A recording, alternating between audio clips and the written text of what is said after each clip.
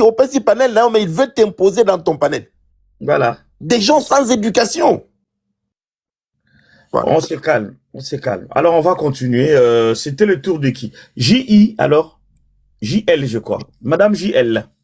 Ou monsieur, je crois. Non, c'est madame. Bonsoir, madame, Papa Moïse. Bonsoir, madame. Bonne année et bonsoir à tout le monde sur le panel. Bonsoir, madame. Je vous suis souvent. Moi, je viens plus pour une proposition. Bon, je donne totalement raison à ce que Big Saga a dit. Je suis d'origine congolaise, mais j'ai quitté le Congo à l'âge de 5 ans. Donc, je ne sais pas tellement parler du Congo comme vous parlez. Et d'ailleurs, j'apprends beaucoup au travers de vos lives par rapport à la musique congolaise, par rapport au Congo. Et ma proposition était que ne sous-estimez peut-être pas votre panel parce que c'est un panel culturel et très intelligent. Tout ce que vous dites est très important et vous n'imaginez peut-être pas combien les gens apprennent au travers de votre panel. Et ne pensez pas seulement que ce sont des Congolais nés et grandis au Congo qui vous suivent. Peut-être nous autres aussi, nous vous suivons. Et je sens en vous un patriotisme vraiment vrai. Excusez-moi. Vous êtes vraiment patriotique. Vous aimez le Congo. Vous défendez le Congo. Même là où on poignarde sur le Congo, vous savez comment ramener les Congolais à aimer leur pays. Moi, j'aimerais vous proposer de prendre parfois 15-20 minutes dans vos lives, de faire le civisme pour les Congolais. Et surtout, à nous diffuser souvent l'hymne national congolais. Ça me venait comme ça, pendant que vous étiez en train de parler, de le faire souvent pendant le live, pour réveiller ce patriotisme congolais, pour réveiller, au fait, l'hymne national, c'est l'identité même d'un pays. Et beaucoup sont ici, ne connaissent pas toutes les paroles, comme moi d'ailleurs. Et moi, j'aimerais commencer à l'apprendre dans votre panel. Si c'est possible, très souvent, parce que vous faites des débats intellectuels, et il y a beaucoup de gens ici, quand ils parlent, vous ne sentez pas seulement qu'ils parlent parce qu'ils veulent faire du bruit, mais ils sortent quelque chose de leur cerveau. Alors, quelqu'un peut passer en passant un petit wesh, il va entendre, parce que ce qui est bien aujourd'hui, les enfants nés et grandis en Europe ont appris à aimer le Congo au travers des réseaux sociaux, pas au travers des parents. Et j'aimerais aussi taper dessus. Souvent, dans les familles, les parents parlons du Congo, des bonnes choses du Congo à nos enfants. C'est ça aussi qui nous manque. Le patriotisme doit commencer à la maison, avec les parents. Ne montrons pas seulement aux enfants la musique congolaise parce que c'est ce qu'ils apprennent en premier, parce que c'est ce qui passe souvent à la télévision, dans les fêtes et tout ça, mais parlons-leur du civisme Congo. Parlons-leur de l'ancien beau temps du Congo, parce que les enfants naissent dans la période où le Congo est dans le chaos. Comment ils vont aimer ce pays s'ils ne savent pas que dans ce pays, il y a eu un moment où tout était beau? Commençons aussi par nos enfants et s'il vous plaît, mettez-nous l'hymne national de temps en temps. Parfois, quand il y a une petite dispute comme ça, cassez-nous par l'hymne national, ça va apaiser les esprits et on va redémarrer. Voilà, bonne année à tous. Merci beaucoup. D'ailleurs, il y a encore quelques jours, on avait commencé par l'hymne national. On fait toujours ça. Et bientôt, d'ailleurs, je vais faire un concours. En tout cas, je pense que beaucoup ne vont pas tricher. Hein. Parce que je vais demander à beaucoup ici de chanter l'hymne national du début à la fin, sans tricher. Mais vous allez jurer sur l'honneur, hein, parce qu'il y en a qui... Mais voilà, t'es papa, moi, on a caméra, parce que ceux qui te battent le temps, on m'a pandit. Ah, bon. Et bien, les bâtards, la kumra, la kumra. Congo. La monnaie, on a stade. C'est comme un contact Congo. Tu caméra, azo yemba, wana Congo. Papa Moïse, Papa Moïse, dans la même proposition, Papa Moïse. Parler aussi. Papa Moïse, dans la même optique, Kolobé la paix, 145 territoires du Congo, Batupé, Baebiango, Mingité, hein. Mais d'ailleurs, il y a des gens ici, quand on leur demande origine à Bango, territoire, district. Papa Moïse, il Idjui, na Sud Kivu. Wana côté maman, côté papa Bwende, na Bwende Équateur. Bibi Mongo. Mongo makasi côté papa. Ndekwa papa Moïse. Mélange moko ya mabe ya kosakana. Muswali na Mongo. Moïse a Mongo, te papa Moïse a Ramuluba. Amutete la ata Mongo. Papa Moïse a Mutete. Il vient de Kasaï. Jean Mongo, papa Moïse. Non, papa Moïse, Tete là, ils viennent pas de Kasaï. Non, tout ça, la Kasaï, na Sankourou, le grand Mais ce sont des Mongo. Mutete là et Mongo. Non, mais nous ne sommes pas nous. Nous sommes le. Non, les Batete là sont les Anamongo. Nous sommes les Anamongo. Ah, Anamongo. Ah, merci. Moi, je croyais des Kasaï.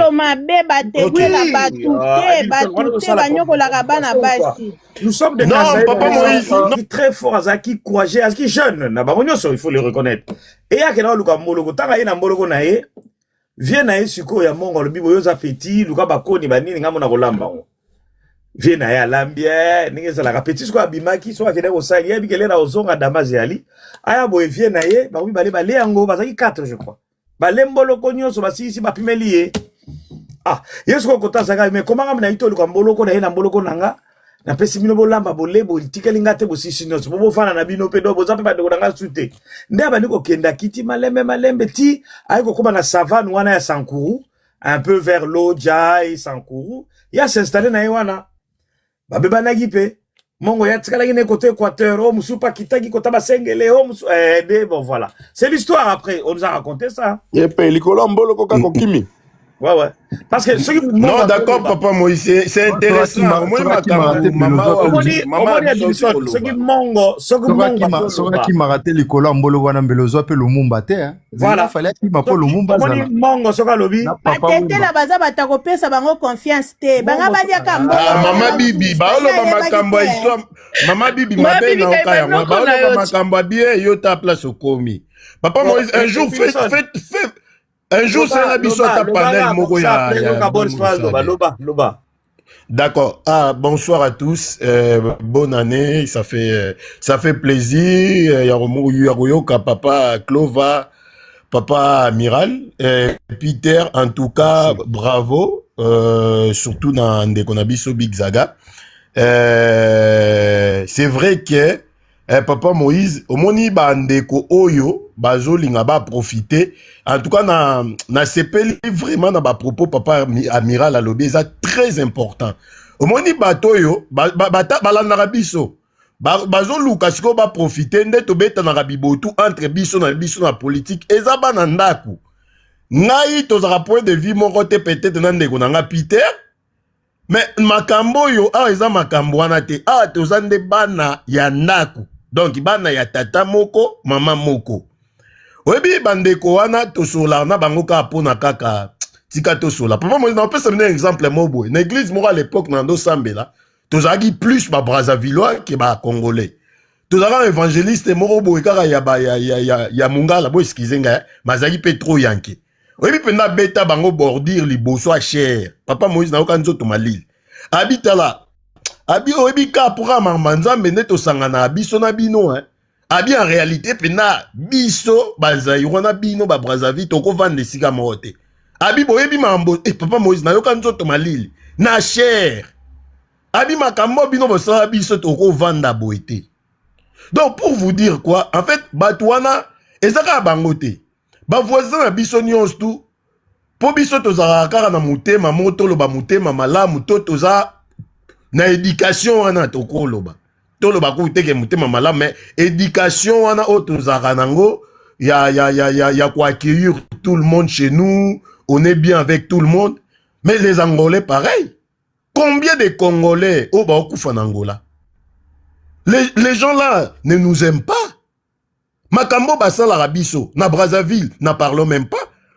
Je suis choqué na yo kakene même na ba panel na bango bazolo ba oh kuluna nini boye ceux qui eloko na bango ba benga ceux qui bête noir au DGSP na bango zo boma ceux qui nani ceux qui fourmis noir ceux qui ba nani ba benga ba kuluna kuna bazolo ba ke ce sont les aïrois batu ba memango oh mais oyebi bato na ebité bon bango ba lo ba batanga mingi mais na ebité ko tanga mingi yango ya bango ezara par rapport ya nini donc mo oyo ya moyibi to voleur bango mutu balobaka babetaka tolo balobaka français kitoko na nini na Afrique mobimba mon voleur to délinquance donc et uta na Congo ba congolais biso mutu créa mo wana mais oyibi ba yisu makambo loba makambo ya ba ser na biso kindumba to kende to zonga o mutu aloba ki onsoki mama coach na mama bibi papa Moïse bande ko na biso pe ya basi.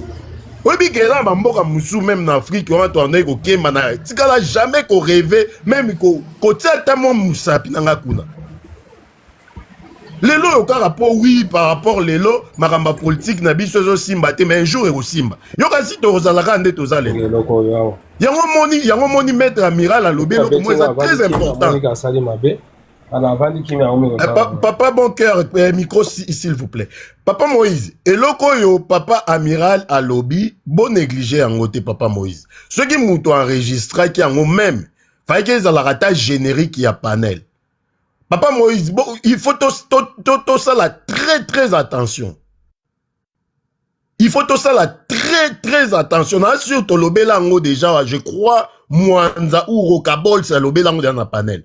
Au moment où mboka wana ba voisin na biso ba komi siko komeka ba moni ke makam na biso na Rwanda ezo umela ba ose eloko te eza peuple moko lâche yango moni ke ba mususu wana ba obanda yo mona ite na mutaliboma Museveni kuna alobaki tour ezara yaye soko ke na mboka onini ya arura soki arura baliaka de soki shilling donc en fait tozo vandaka boye on dirait tozo kanga miso e bandaka boy donc na ba panel ba ye ba bandis ko mesurer bino quand ils vous mesurent ils vont dire que baza pété baza bango fragile allez mbala moko au monde pe boy mboka na biso Angola déjà kuna bato ba yebi boma matadi mwanda ba yiba biso pétrole ça fait longtemps ni oswana ni to vanda na biso ka to lobate. Papa Moïse, il faut vraiment continuer qu'on sensibiliser vraiment surtout les jeunes au bazar conscient pour na makambo. Ce que tu komika kotika bato boy. Si oroyo kana ba bato moko bakana ki ba lobate, bazo koloba. Hein? En tout cas, merci beaucoup vraiment Papa Miral na analyse kitoko vraiment au sal libiso. Donc merci vraiment Papa Moïse na merci na Bill. Et Bilson, allez-y Rokabol, depuis tout à l'heure tu montes, tu descends. J'espère que tu es là. Ah voilà. Oui, bonsoir Papa Moïse, bonsoir à tout le monde. Nazo kita nazo mata parce que je fais beaucoup de choses en même temps, je suis là sans être là. Naoki ba propos ya Big Saga, je suis au courant de rien du tout. Est-ce que alobi nini pour nazo na bandenga oloba? Il a dit quoi exactement? Maman Bibi, ça est là, Papa Rokabol, c'est... Désolé, pour... Lundi, dans l'IT, Papa,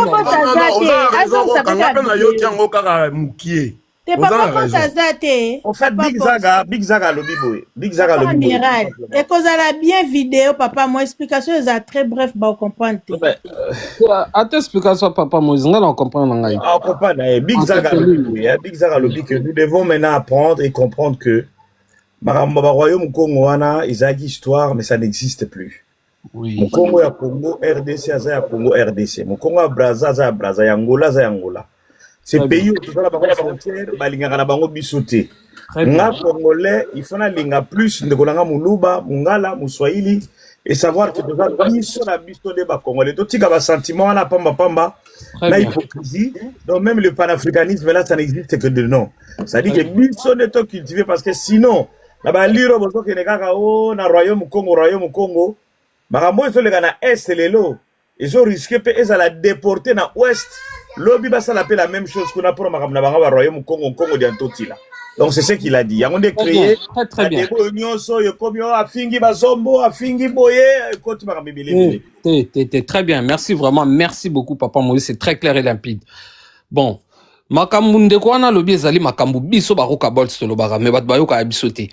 il faut tous à la réaliste monde des avancé royaume Congo ça sous les lotis soko tali toza bandeko na biso belé ngana ndoki na bapane na wana kenda sute ba commencer la ba live ndenge baza ba Congo bon eza mabete mutu tout faut me sentir fier nga za mu Congo et là on a sepelaté na langage na bango c'est que ba Congo Brazza toza mutu moko ba Congo Angola toza mutu moko pourquoi dire que boza mutu moko alors que eux ils ont un autre pays ba na territoire na bango ba na drapeau na bango constitution na bango comment tu peux dire que RDC est égal au Congo Brazza libomate de RDC est égal à l'Angola et puis langage joana kaka ba Kongola ba Zairwande ba zakanango pona nini ba Kongola Brazza ba mona bango ba Kongo na bandeko na bango te pona nini ya Angola ba benga ba bandeko na bango te ezaka unilatéral est-ce que kindeko zaka unilatéral eux ils ont leur pays ils n'ont pas besoin de vous siko bino bolingini bokata RDC bokendo s'afficher na bango est-ce que bango ba na idée wana est-ce que eux ils ont besoin de faire un pays à ba Kongo avec vous est-ce que ba Kongo Brazza ba na besoin ça la pays à ba Kongo avec vous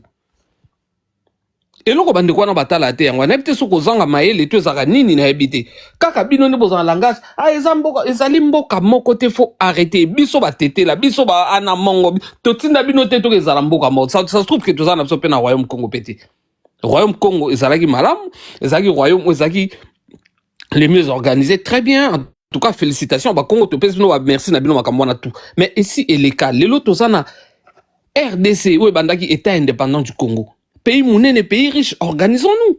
Depuis que politique est ok mabé, politique n'est ok mabé makasi, on le sait, tout le monde le sait. Est-ce que vous avez raison? Bino, bokende ko diembe la ba Congo et Angola na ba Congo à Brazza. Est-ce que eux vous diembellent? Est-ce que eux ils sont avec vous? Est-ce que eux partagent votre idée? Bandeko soki abateke, soki ba Congo, soki ba nani na ba msubo za na ba est kuna bokende oloba ke ba pays msubo ba agresseurs, ce sont vos frères. Oui, ce sont vos frères, mais respectez leurs frontières, eux doivent respecter votre pays. Na France, en Allemagne, to bunda ke belé France en Allemagne ba bunda o saranate. Et moko ba région en France et commis Allemagne, et moko ba récupérer kaka bon pasteur ekofalo bango. Mais est-ce que ba français au bazara na messe, bozo kana ba kombo na ngwesa ba kombo ne sa allemand. Est-ce que Balobaki France en Allemagne c'est un pays? Non. Est-ce que Balman au bas en Allemagne, Balobaki mais son AP c'est un pays? Mais Basangana même dans le comportement, dans la culture. Mais bah toi Metz, baby que ceux qui ont bande de kuna soit côté en Allemagne et comme un autre pays, il faut respecter la loi na ba on a makam na ba on nyos. Allemand peut soit en France, faut respecter France, c'est pas parce qu'il a la famille la bande à longo li des ordres, on a outside des ordres, on a payé bateau. Non, faut pas dire que c'est un même pays. Biso tozaka kana ba ennemi. Ba ennemi ali bosso ndena lobaka, ce sont nos dirigeants politiques. Ceux qui va continuer à nous respecter, personne ne va vous respecter. Depuis biso zaba na mike. To comment na kanda na TikTok pourquoi biso en sous le mamboko. Vous comprenez, c'est parce qu'il y a ce problème là aussi de nos voisins. Réciprocité et raté. Le respect c'est quelque chose que l'on mérite en fait. Ce qu'on va respecter, il faut yo banda komi respecter, il faut yo moko omi mettre en avant. Ce qui yo zali komi respecter, te ba respecter te so ba konza mboka na yo, ba respecter te so congolais mozo vivre net étranger na katsa mboka no moko. Au soin na libanais ba général moi aye ko beta au film. Au soin né indien, ba ben général mo bo aye ko beta au film ko humilier devant indien voilà. Eh na ba bikolo mususu bino boyebi. Olingi ba respecter on a pays voisin comment? Mais malheureusement, nous on est fanatiques de ces dirigeants. Tout le monde a bien que Mboka ont avancé. En 1960, on voit que nos politiciens travaillent contre nous. Depuis Bisso Zalaba Nemki Tande Okaka, Beti Bazero na Brazza, Bomi Bazero. Aucune réponse de la part des autorités. Aucune. Nangola Beti Balemina Bana Baziko Beta, tout le monde a vidéo. Aucune réponse. Nous avons Bisso Tozan Bangolais et Belé Tonga Kongola Brazé Belé parce que le pays est grand qu'on ne voit pas. Bisso Tokola Baïsa Sote au moment nanda quoi nos parents nous ont jamais dit au moment où on a bazar étranger vous voter à mal à l'aise. Kuna ba Brazza, Koto na ba Malien, na banan, ils font ce qu'ils veulent chez nous. Ndeko amiral moment mo alobaki hospitalité monine Itizaki adjectivement Itizaki hospitalité à la con, ça doit s'arrêter. On est comme une sélective. Alors, hospitalité à la con. Bisso de photo ça là. Il faut comme sélective. Voilà, Bisso fait comme sélective, c'est-à-dire il faut tout l'on a hospitalité à la con. Ou comme une naïveté en fait. On croit qu'on est cool alors qu'on est naïf. Dans tous les pays Tokendara, ils nous font comprendre qu'on est étranger. N'a pas potonné tout fan. À 30 ans, à 40 ans, à 50 ans, ils vont te faire comprendre tous les jours qu'on est étranger. Pourquoi chez nous, les gens ils viennent, on les accueille, ils font ce qu'ils veulent. Oye na ton étranger na midi okomi congolais, na soir okobe tapé congolais mbata. Na ba chinois to mona ba image on beta ba congolais na kata zando penda ozu penda ba komi na neta ba zona kinu wana ba komi na ba yanké allez chinois ye a beta ba congolais mbata. Incroyable. Je crois qu'on doit se ressaisir maintenant. Nous, on n'a que des ennemis parce qu'on a un beau pays. Le pays est grand, on a la verdure, on a des richesses, on est beau, on est fort, on a tout. Mais nos politiciens sont nos premiers ennemis. Bato bossa la kadjale lo politiciens parce que baza tribune abino parce que vous êtes des anti-patriotes en fait. Tribalisme, fanatisme aveuglé, ezali anti-patriotisme. Donc avec cet état d'esprit, impossible d'avancer, impossible de mettre des efforts ensemble parce que yo ko bando sonika mutumabe. Po azali muto yo lingi. Patriotisme toza nango tene mama mo aloba aba para na so ala sabso totanga classe totanga makasi ba brasa ba tene mate bangole kutu ba na se bato bele ba yo sabso sondende ko na so papa Claude aloba ba mse za bangole na problème na binote bangole mais au niveau instruction et bele bazana se makasi ceux qui parlent à notre nom alors que c'est pas nous tawa mona bolo balingala c'est un congolais lui c'est biso to mona ndeka papa Claude aloba bangole mso ba lo balingala alekio kinois pardon, nakatote, muto azoloba na yo oza hors sujet. Ye amata, azongisa biso kasi na sujet. Etali amata to solo ane bana mbali basola. Ozo koma bien monte, on va parler comme des hommes. Biso na niveau ya instruction, to l'équipe bato ebele. Même ceux qui parlent français. Français sans intelligence, c'est rien du tout. Français biso to ebi net onga na ebi. Grammaire on na ebi. Ba kongola brase bele ba ebi onte. Biso français zara science na kin, ezara langue te. Na brasa eza langue. Na France, c'est une langue. Mais chez nous, au Congo, c'est une science. Parce que tu as na muzuna ba grammaire na makambu oyo, ba français mso ba ki parti biso ba zaïwa to ba na bison. Mais je suis pas fier et on défend des langues françaises. Non, on défend des langues françaises. Je suis mal placé pour le faire parce que juste pour vous dire que nous on est instruits. Et loko moko ka ko boma biso politique. Il y a un bon monde à biso wa ka bol so mataka panel la politique. Depuis que jour to longa politique on sera respecté. On a des potentiels, on a des moyens, on a tout, on a des ressources. Juste politique, politique où les biso peuple, tout les matos à la exigeant envers les politiciens. Nous, on est fanatiques de ces gens-là. Place ma base où ils penda penda yangwana, piège les andewana. Bozo mon ambo que ils ont avancé, mais beaucoup ne savent dirigeants. Bozo mon amayo mais les autres, mais beaucoup ne savent dirigeants. Bozo mon aba foule ou na ba salité. Vraiment situation à RDC Negeza est-ce que ba continue biso ba vraiment na fanatique na ba doit comme ça ba so mi tout na ça là bien vous allez voir dans des panels ici il y a des gens au bambenga intellectuels ba mata ils défendent situation chaos aux aratamboka ba so finga pe batu ils sont mis en avant aussi ba so abeta la pe maboko parce que ils font des phrases en français mais ba phrases en français oui c'est la forme et le fond il y a message nous anini tant tu sais ba du solo patriotisme awa ba finga episode bon monte que bozongi na discours wa Rocabol patriotisme ne makam ngam na sala kan de la patrie o ba vieux Martin Fayulu bazo ba tine la félicitation lelo tozongi na point nini Rocabol lui répète la même chose ben intellectuel msuto sala ba débat awa maintenant il commence à parler comme moi ils vont pas l'avouer mais moi je sais que waneza ba idée nanga poto ebani mu na intervention na eto ebani Toyaka pona matalana te, tozoluka nimboka ebonga. Berrer tout au sala depuis 1960. Na ba politicien na biso wa peuple, corrigeons-le. Changeons d'épaule notre fusil.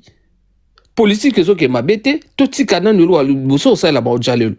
Ata marche to kokate, même révolution to kokate. Arrêtons d'abord d'être des adorateurs de gens qui nous font du mal. Bato bazong sa pays ici, ma réciprocité zalate. So ba salbino ma ba défendre binoté. Rwanda ko boma bininga lingi bo mona réponse au gouvernement congolais té depuis tozaba na mike ba boma congolais na Brazza bo mona réponse té na Angola bo mona réponse té les politiciens ne sont pas avec vous bino bato bozara batu na bango je sais pas comment vous faites yo zara ba fanatique ba politicien mboka na biso bango tout Félix Kakate bango tout commençons à être révolutionnaires ceux qui doivent résoudre les problèmes politiques. Ceux qui t'ont installé ba patriote dans tout yamboka, vous allez voir comment les choses vont changer. Atal kambo patriotisme, c'est fait exprès bana bae bangote. Il faut batba soanaka. Il faut batsa ba mobondo ezala. Il faut pas perturbation ezala boyo kanarate un ezala makasi comme ça, bako gérer bino le plus longtemps possible. Beaucoup avancer te. Bato bazo kanate ba avansaka te. Bato bazo kanande ba avansaka. pays eza munene, ba tribu ezali belé, diversité ezali belé, c'était un paradis terrestre où tozalaka nango. So toluki to panza pays, ba no bazwa pays na bongo.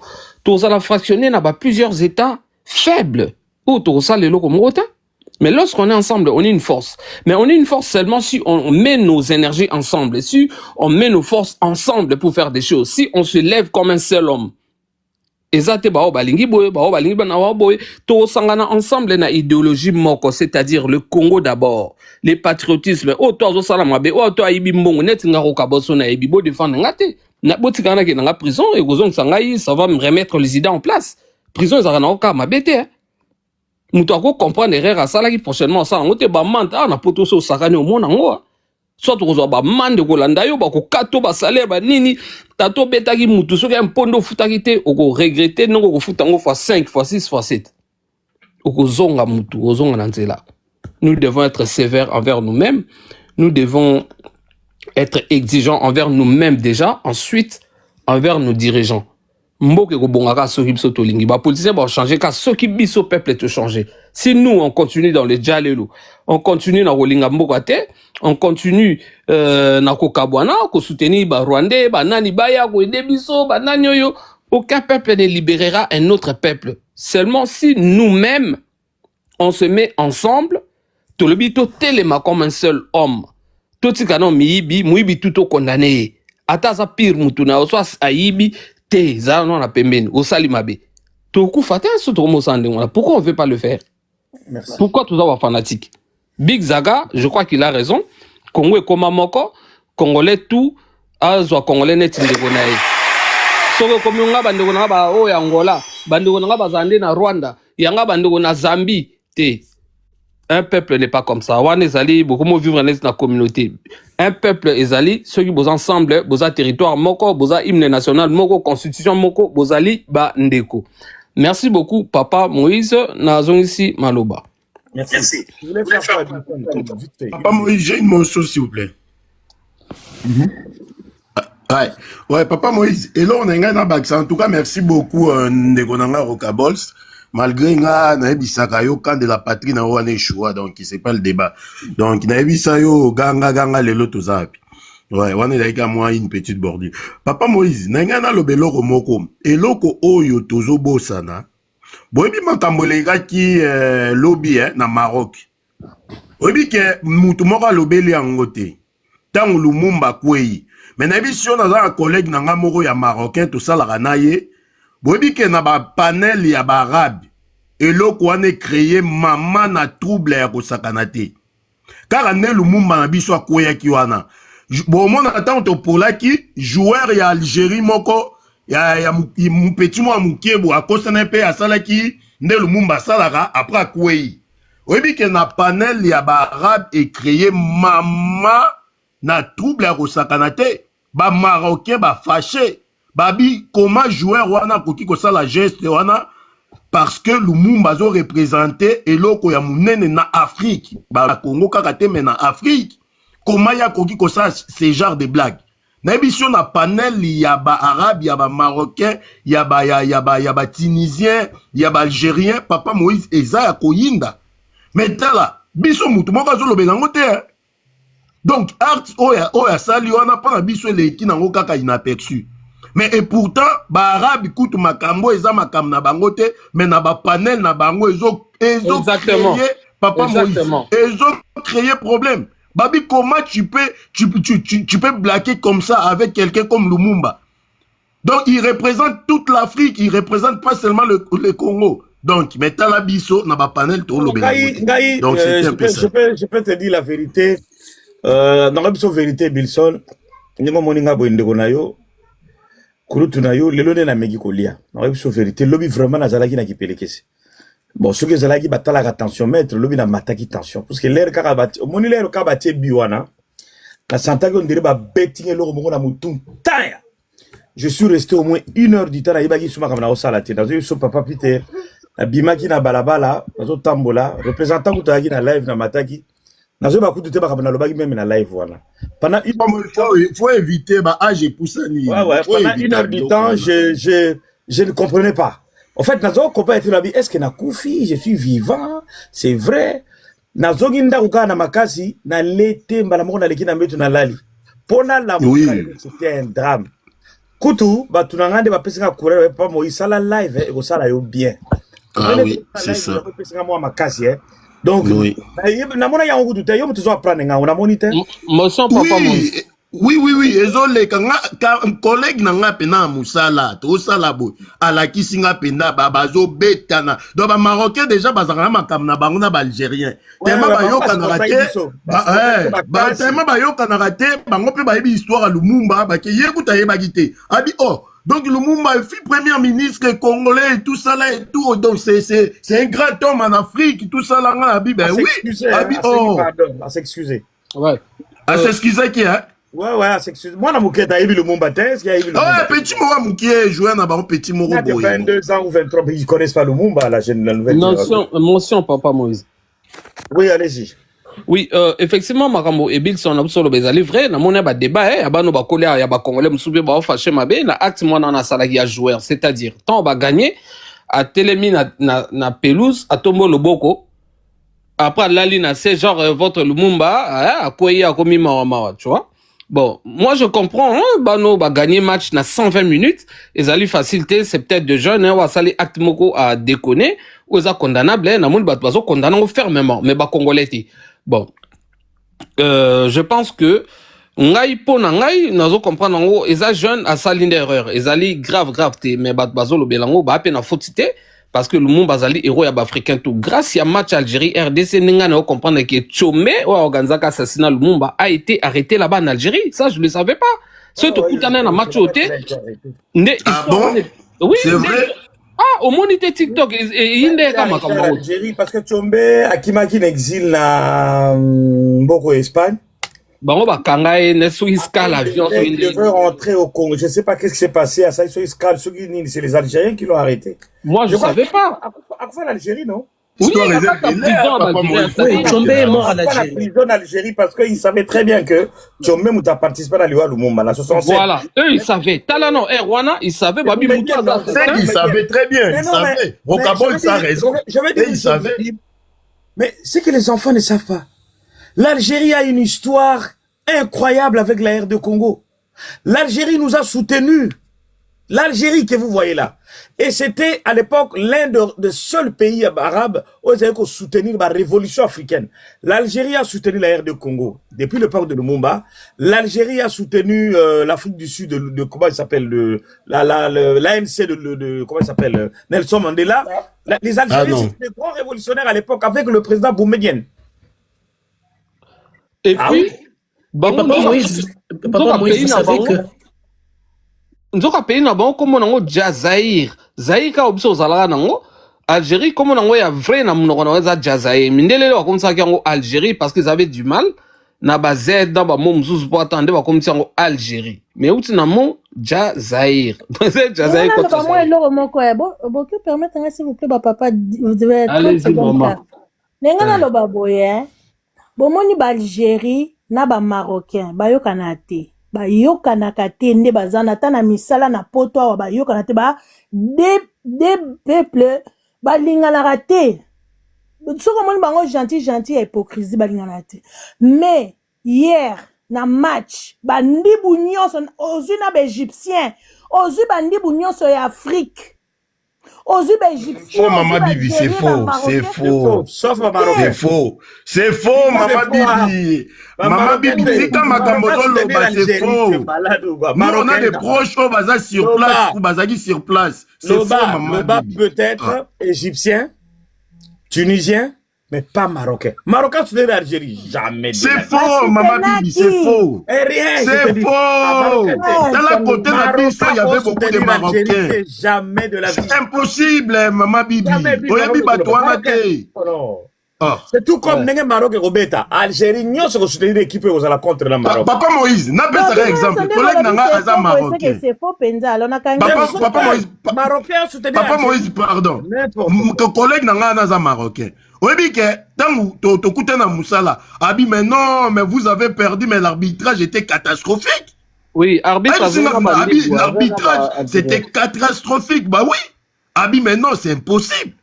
Mais ça marocain. Mais bon, on a chuté. Maman Bibi.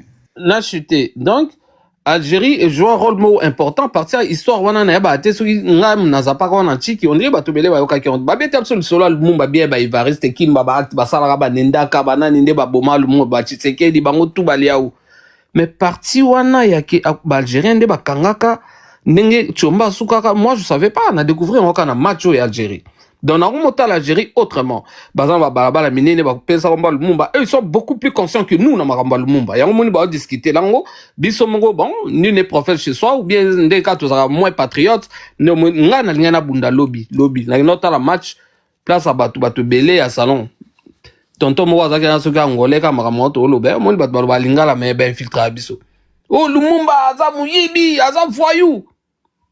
Na facha mabe non na facha ndungwana tende na facha elobi chance bat ba ke belé bat ne ba arrêter nga ba pexer biso na ça les boula ça kana te ya benga ba petit ne mo ba uta so forme moi zenso yu wapi wana bon tellement ba ke belé ba interdit ba kabola biso po non na facha ndungwana te na on s'est calmé ba calmer on a dit non tozo sangana batu ya bikolo mususu ba balang na biso to katsa ngo ba ndiko na biso po biso so lobika lingala oza congolais nzoka te makamwa na fosila faut le quoi oye ba mutu abuti wapi ba ofinga biso na balang na biso bazo attaquer biso na ba milliers na biso ça c'est ne plus à accepter moi je rigole plus avec ça nga fona ye ba yo place outi soka o yo ozo balingala déjà lang na biso Lumumba azali symbole mne na ba africain oko finga ngwana te oko finga te o finga ne Congo en fait ozo insulter ozo sali mémoire ya Lumumba mais Rokabol si yo bien Rokaba yozo lo bakaka lelo ba Brazzavillois influenceur na bango wana a finga Lumumba na ndenge moko bango écoute-moi mais mutolo bate te ba petit ça va répondre bango rando kuma makasi biso ka moko tapenda biloko na mingi ate ba petit ça ba lamuka na saluer état d'esprit na bango on doit se défendre calendrier ça va photo prendre la gouvernement na niveau gouvernement fallait qu'il mais il y a une émission gouvernement vous savez le problème aussi au Cabol il faut faire la part des choses il s'agit ici de réseaux sociaux et ce qui est vrai bon on va pas associer le gouvernement réseaux sociaux ba bazana ba tempérament ba mususu ce qu'il faut savoir il y a des gens pour na ça là-bas vu pour na besoin public mais ba finga bureau te biso si to finga bureau na bango ya braza ba live na bango za pété ba mort na bango to finga bango ba live na bango moi comme je suis là ils insultent même nos morts je ne peux pas insulter je dis bien le respect Moïse il faut pas encourager ba live à bongo et comme muta sali bongo to kangami mobondo to keipe to sali lo yo kanano je ne peux pas insulter de respecter son excellence de président Denis Sassou Nguesso Tshombe. D'ailleurs, ici, je lui présente mes respects, mes civilités, mes hommages, d'ailleurs, les plus défunts. Je le ferai jamais. Je ne veux pas insulter, par exemple, Machuandere. Mais il faut leur dire la vérité quand ça ne va pas. Une figure importante de l'histoire du Congo-Brazzaville, n'a pas été. J'ai tout récemment, tout ça, émission Histoire et Rumba, je parlais des musiciens de Brazzaville. Quand Pierre Moutouari est mort, je lui ai rendu hommage. Ce sont des enfants, vivre, en fait, ils ne vivent que de ces polémiques-là. Toute leur vie, ce sont ces polémiques-là. Comment tu peux imaginer Batoumba, des deux côtés, hein? Tout comme le Congolais de Brazzaville, tout comme ceux de Kinshasa aussi, hein? Comment vous pouvez passer toute votre vie, vous gagnez quoi? Vous gagnez quoi? La vie continue, les problèmes, c'est à nous de dire à notre peuple. Regardez Sabino vérité. Je grandis à Kinshasa. Je grandis dans une commune populaire, Bumbu. C'est pas une commune riche. Je n'avais pas non plus de parents riches. Mais, je vous assure, même en rêve, je dis bien, même en rêve, je n'ai jamais eu l'idée une seule seconde que de Brazzaville Tongola. Même, je vous dis, cette idée-là. Vraiment. Je vous dis, même en rêve. Et nous, à l'époque, on voyait des jeunes qui partaient à Brazzaville, qui revenaient. À l'époque, des jeunes gens qui revenaient. C'était, et là, à l'époque, on a Brazzaville, ma voula. Et là, que sur l'accent, Brazzaville, produit moko, je vous dis. produit wana ezalaki omona akoti na ndako azotoka sikoyo nayebi te soki ezalaki asido savon noir savon mo baswala nyonso mabende so dori nango yango bazala pakola so okomona alati vunga na bamoya ya Kinshasa na kolata yango pendant 1 mois okomona baposo wana ebandi kolongwa soki sikoyo elongo yakomi pembe atiele mosusu singa omoni bachenete bachene oyo basi balataka na makolo atia yango atie patalo ya jean taper wana ba jean na Levis wana jean cop na bango na Levis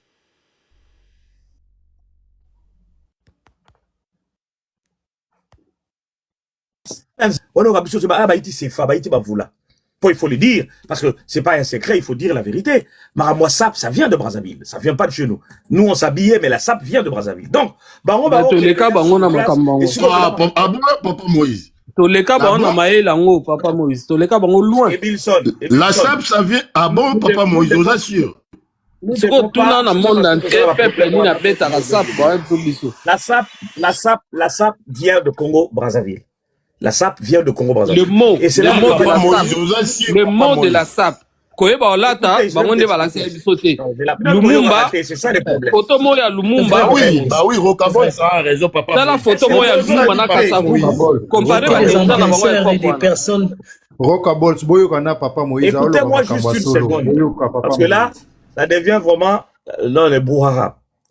La SAP, ce que nous appelons la Société des ambianceurs et des personnes élégantes, vient de Papa Moïse, papa Amiral Alingaka Loba depuis tout à l'heure. On appelle ça. Bon, changer comme sujet. La SAP vient de Congo. Là, c'est pas grave, nous sommes déjà dans les divers. La SAP vient de Congo Brazzaville. Je vais vous expliquer pourquoi et comment. Cela ne veut pas dire que c'est les Congolais de Brazzaville qui ont créé le vêtement. Non. Parce qu'ils n'ont pas de couturier d'ailleurs. Cela ne veut pas dire que c'est eux qui ont créé linge. Parce que le Lumumba Zarolata. Kasafu Rolata. Mais mouvement ouana ya ko valoriser trop SAP, ça vient de Brazzaville. Et nous, la personne ou les deux personnes, on va propulser en à l'époque. Je parle bien de la SAP. Attention, faites la part des choses entre SAP na Kitendi. C'est deux choses. Na biso moutaye, les biso religion Kitendi, il s'appelle Niarchos Stervos. Kitendi, ça n'a rien à voir avec la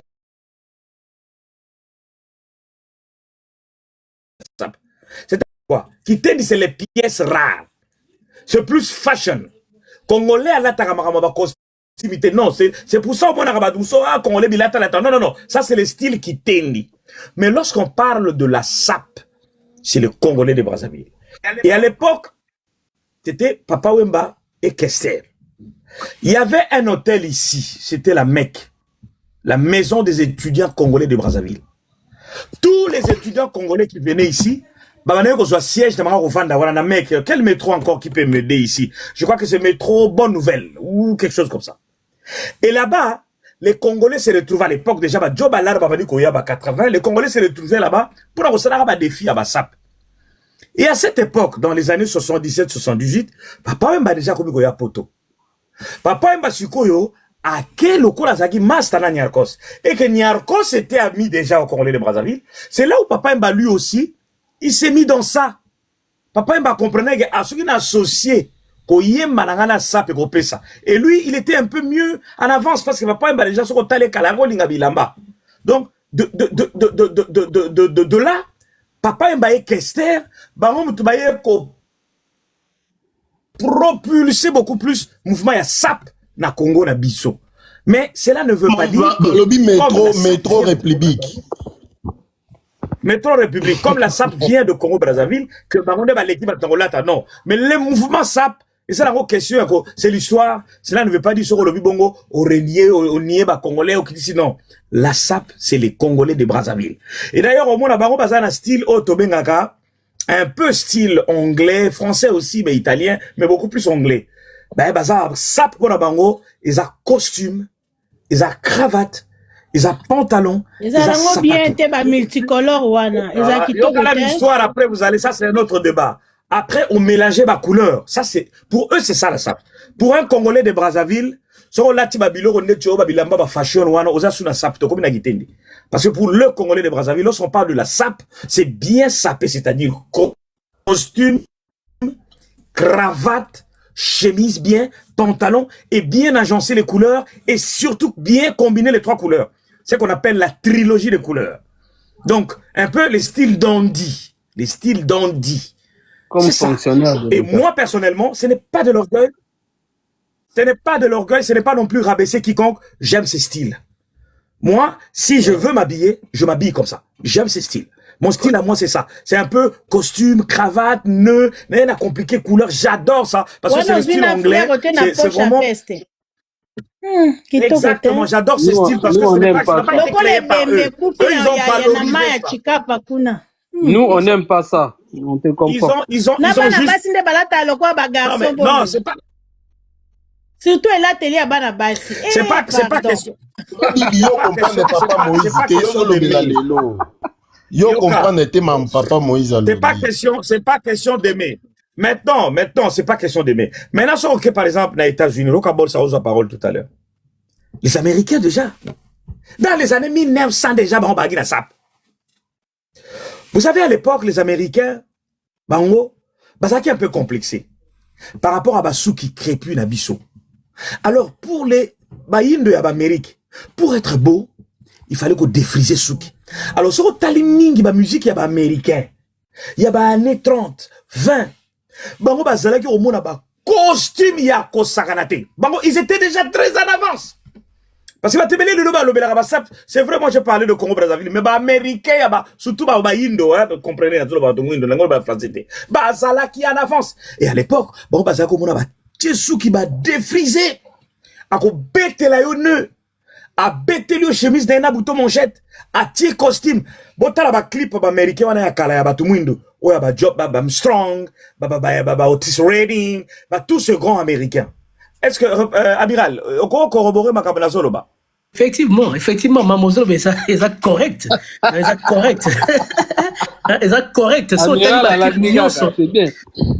Clip Nyonso, même avant, il y a 1970, 80 même, tout ça, au Mona. C'est peut-être, Moutou, avec Bima, pratiquement, dans style Wana, c'est Michael Jackson, parce que Michael Jackson, il est un style né Moko. Mais, tant que Banda, qui n'a pas négocié, tout ça, tu vois, ils avaient toujours le même style. Il y a un côté style néo, on a un peu fashion et tout ça. Mais tout ce vieux-là, c'est vrai, Bango Pena, bon, pratiquement, vous voyez que les États-Unis, Bango, ils ont subi, c'est tous ces gens qui venaient de l'Europe et tout. Donc, copier pratiquement le style là, oh, il y a européen, veste et tout ça. Mais Amiral, pardon, regardez un peu les styles vestimentaires de Martin Luther King. Pasteur. Voilà par exemple. Stop. Pasteur. Pasteur, mais t'as pièce déjà pièce déjà Bruce donc il y avait le terme. Borsalino c'est ça.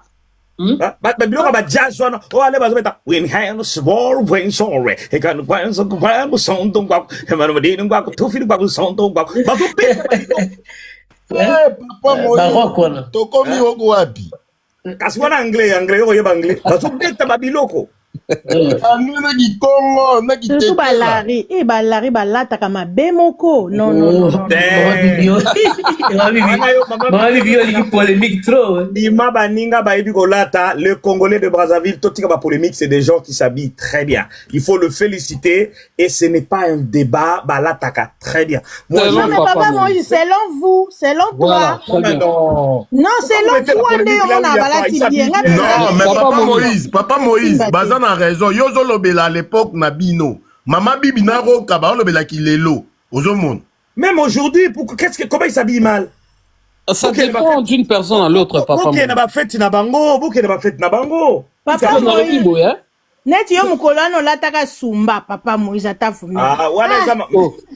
Yo beta la biloko wana, mais yo mtaditeni. Papa Moïse abetela biso sumba. Ah papa Moïse. Papa Moïse. Ba costume classique. Papa Moïse. Archibishop na kayo. Il a pas mabé. Papa Moïse. Peut-être quoi até. Pourquoi la bimisi yango na bimista na betaki sumbela.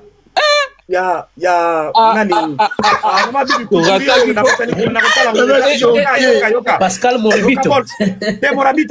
Wana la musique apenda ko 100%. Nabetaki sumbela ya moto na lataka oya nani ya voilà Barberie. Na Ya Barberie sous en plus. Sapata ngo ya verni po mona nenga zongenga Mais papa Moïse, faut mettre ne bongo. Teni ezaka ne bongo. Mama Kadi. Nabetaki Weston ya rouge. Mama Kadi kitisa ngo matisa papa Peter. Azo senga o matisa e. Kitisa ngo matisa. Moi je descends. Papa Rocabols. Oui. Papa Peter o senga o matisa e.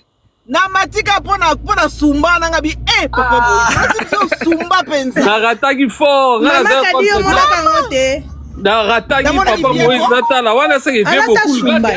Wana za ipe Mama Kadi bokombeli biso secret papa Moïse na regretter na Weston na makolo de la il a base ya Weston ya rouge ya ba carré ya ba noko wana ya banka wana pena ya banka Wala yoka sponsunga pesi bo pembeni.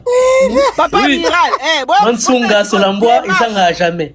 Zana kite papa Peter na tigelo place zela. Démarche penza mal à Chipenango. Et à Kessler. Démarche beaucoup. Naebis. Donc ton to kufa jour ango. Avant de ne pas se perdre parce que dans un émission d'hiver, pour revenir à ça, il faut reconnaître une chose que nous aussi, Papa Yuma a beaucoup fait. Pas Moïse, je vous aime beaucoup. Moïse, la maman Kadi, ok, ouais, petit kala, on a ok. Oui. Nakomi Coco, moi na boti na l'hôpital. Roka, na mona ba photo da bino. Bozai kidoko na ba photo na Coco zalaki. Papa Roka, moi nanga mwasi aboti lobby, Ah, félicitations. Pour la première fois, c'est énorme. Hôpital. Ah, félicitations maman Kadi, félicitations. Merci beaucoup, merci. Papa Moïse. À tout à l'heure. À tout à l'heure, Makadi. Ah, Papa Moïse. Papa Moïse. Félicitations. Viens Nayo. Abeti Sumba. J'ai été cité nommément, je peux me défendre. Vas-y. Papa Franck Abeta Rababiloko. Dès là, Ebilson, je me défends. Mais Soumé à danger. Soumé les animés. Patebele le bazo ba Soumé les sigewutité. Soumé la biso zuma na scandale. Tout le pays maghrébin wana balata Soumé là.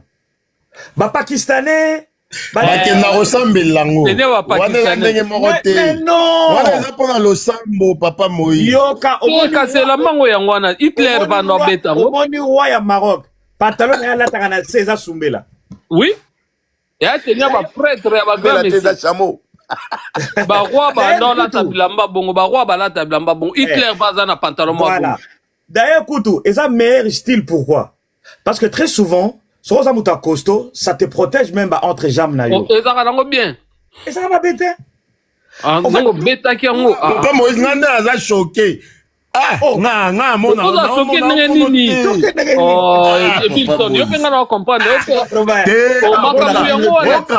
même Hitler Ebilson a contredit ngati nga très choqué nga très choqué. Imaginez Omoni patriote a confirmé. Alors mais viens nayo avec ça betaka esuma c'est quoi ça pena na idéologie bon et là voilà batu bakoka ngote batu bakoka ngote eza lo beti jip même les patriotes sont choqués Papa Moïse Omoni naza puna choqué ma casse Papa Moïse na comprendre des choses va choquer les photos na nga lo beza iya nga ni mateza yo lo beza iya Papa Moïse mais non beti kaka formule wana ya esuma na Weston ça pena noko fin batika oyebi makambo oyebi makambo na tele magika na lie bango tout te na comprendre ga songi na panzio sango ngai nazokita na ngai nalingi napesa bino mbote na suka bandeko na ngai nalingi bino mingi que vive le Congo bana mboka malgré l'indifférence na biso mais quand il s'agit de la patrie c'est bien toutes les marabouts biso nyonso même parole même morale voilà je vous laisse merci Papa Clova na osala tongo lobby. Merci papa Kloba. To solo na biso ya divers to koti masolo a poto. Mais sûr que papa Moïse eza papa Moïse o biso to yebite. Na biso na komela Comment betaki nini papa Ebilson, yo kana ça bien. Omoni kolate, c'est vrai que il y a des tenues biso ba congolais, toza na moi défaut. To pesa image mo ya voyoucratie na ba certaines tenues, tu vois? Et c'est comme ça que nous sommes. C'est vrai que je vais quand même pas m'habiller le rôle à trésor ngano, mais non. Mais nazala moi ba patidanga sumbela, ngai na mona ngo bien. Ce que na la tia ngolem sous na manteau, ça me fait du bien. Et ça na mona kati. Net nazala moi ba dina ngwana ba sumbela, nazala ngwa ta bongo. Lozo beta bon se ko bipe na makambango. Na ndimi o tika bloka ba Congo Brazzaville. De temps en temps mariage classique oui. Mais bilamba ya catalogue. Là choqué na reste na zanga moko mais les patriotes ala tango na mariage. Peter a confirmé. Et wana za makambo papa na mariage te. To na mariage chaque jour. Na qualité na yo papa Moïse net ozwila rayo Dimitri. Bon ma c'est la qualité de n'importe quoi. Le premier ministre ba Pakistan ba obetango. Est-ce que tu regardes? Mais et le moment na lobé, ils ont Papa Moïse, ngana sunga bino kaka. Bobi poani ba tuana balata ba sumbana na sabina ba nzambala bobi poani. Mabi bobi poani ni balata bongo. Boli misanga na panzali solo. Balata rango bongo parce que bango balata bakaputu la te na se. Vous comprenez? Maman Kadi.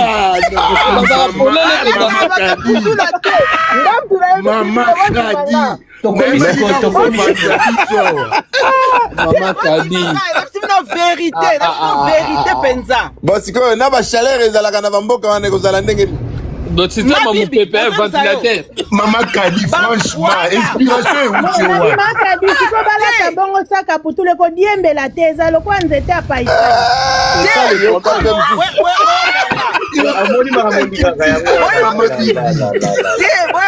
Oh débat changé. Papa Amiral. Avec tout le respect, avec tout le respect que je vous dois, avec ta connerie, mais c'est vraiment vérité à solo. Bah là, t'as qu'à caputu la table, il me semble penser, bah tu vas y binga, je suis pas dans la bêtise. Direct. Pour expliquer Bino. En fait, pour na bango, n'engue djembe la bongo boli misanga penza, boli misanga par des bêtises penza. Pour na bango, tant ils ont djembe là, ils ont permettre ango, et ça a toujours en forme. Et respirer. Ça c'est bon. Ça c'est vrai. Ça c'est vrai. Ça c'est la vérité. Parce que moi je suis moi. raison. Place à Bana raison. Non, raison. 100% raison. On l'a tango, on l'a tango. Voilà. Bango balataka yango, balataka na saba nzambala na bango, eza basumba parce que balataka. Maman Kadi ce que siko ebina na bakalma ngondeni siko na moi na miso ba siko wa sa. Papa boss, balataka siko banzambala, siko loko siko mutana nzambala, ata so etomboki bino bo mona te. Ah, mais ça les hommes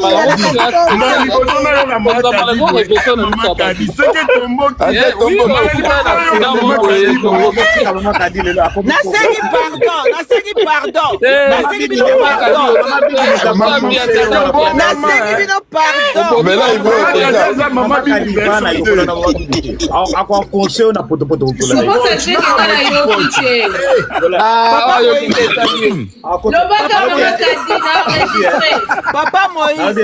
Papa Moïse. Quand elle rit, baba de la kota ngosus. Bon bandela na Maman Kadi.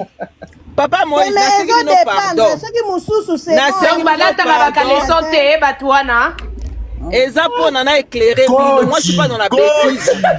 Mais na lobby ma bête, il faut tout le makamouté. Na comprendre les logiques quoi, je comprends pas. T'es nga lobby kaputu là. En fait, moi je suis monté juste pour vous éclairer. Donc ils mettent pas des kilos en fait. Na sengi pardon na bato ba yebinga papa Moïse pardon. Maman Kadi. Non, Maman Kadi. Maman Kadi on a raison na yo. Na éclairé bino c'est. On a raison. Il y a solo pe Maman Kadi balata raté. Mais je ne mens pas, je te dis la Mais chose. c'est dangereux ça quand même. Ou Pépé ou Anakas. Batarate, batarape singlete na kati. Donc batara vite vite. Papa bibi alobi mu Pépé molobite. C'est bon, mais c'est si bon. on a bien au cas où c'est qui mutaki mambang, oki mande.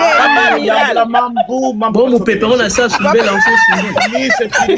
Na pays na bango seke bamesana déjà. Alors, na pays na bango bamesana au Papa moins. Moïse, Papa Roca, pardon, blague à part, ce que je vous dis c'est la vérité. Oui. Je vous dis la vérité de ce que balataka du coup balata yango ya pamba boete so boni malati bisumba na bangwana eza toujours na nzamba la mulai na kati wa mibali. Bon? Donc c'est qui parle na mibali nyonso balata ka sumbela pe na kati batiaki eloko te olingolo babongo mama kadi. En fait, il faut te vérifier, tu vas vérifier en mondengeni. Eh, wana na mwendo kwa yo coach ça pour ça que on vérifie futa billet kasi kende kuno ya ko vérifier. Eh maman nga na pratique na mona c'est que j'étais. Merci. Bato bayebinga papa Moïse pardon bato bayebinga bolimbisa ngai ya bêtiste na éclairé binoka papa Miral mama kadi pozo lela bimi na mama kadi bimi papa Bilson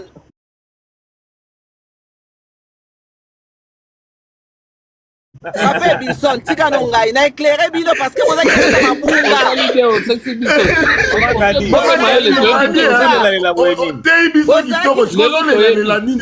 Papa Moïse. Maman Kadi Keba miniature. Oui, éclairer lanterne. Mais batanga miniature na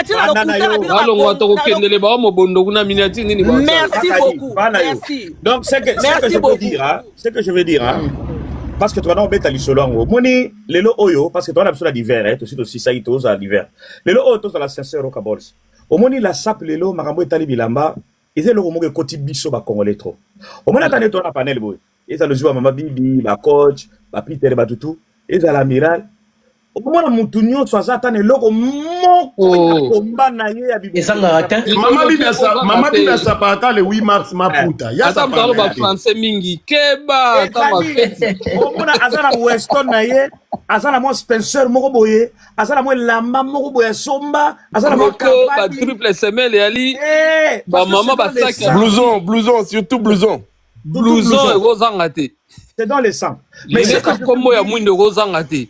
Lelo obi omoni la sap papa nanga la sap aujourd'hui est dans la rue parce qu'il faut te la vérité. Oui, c'est la rue ouais. Maintenant la sap est dans la rue. Maintenant, nous avons des habits qui coûtent cher, c'est un autre monde.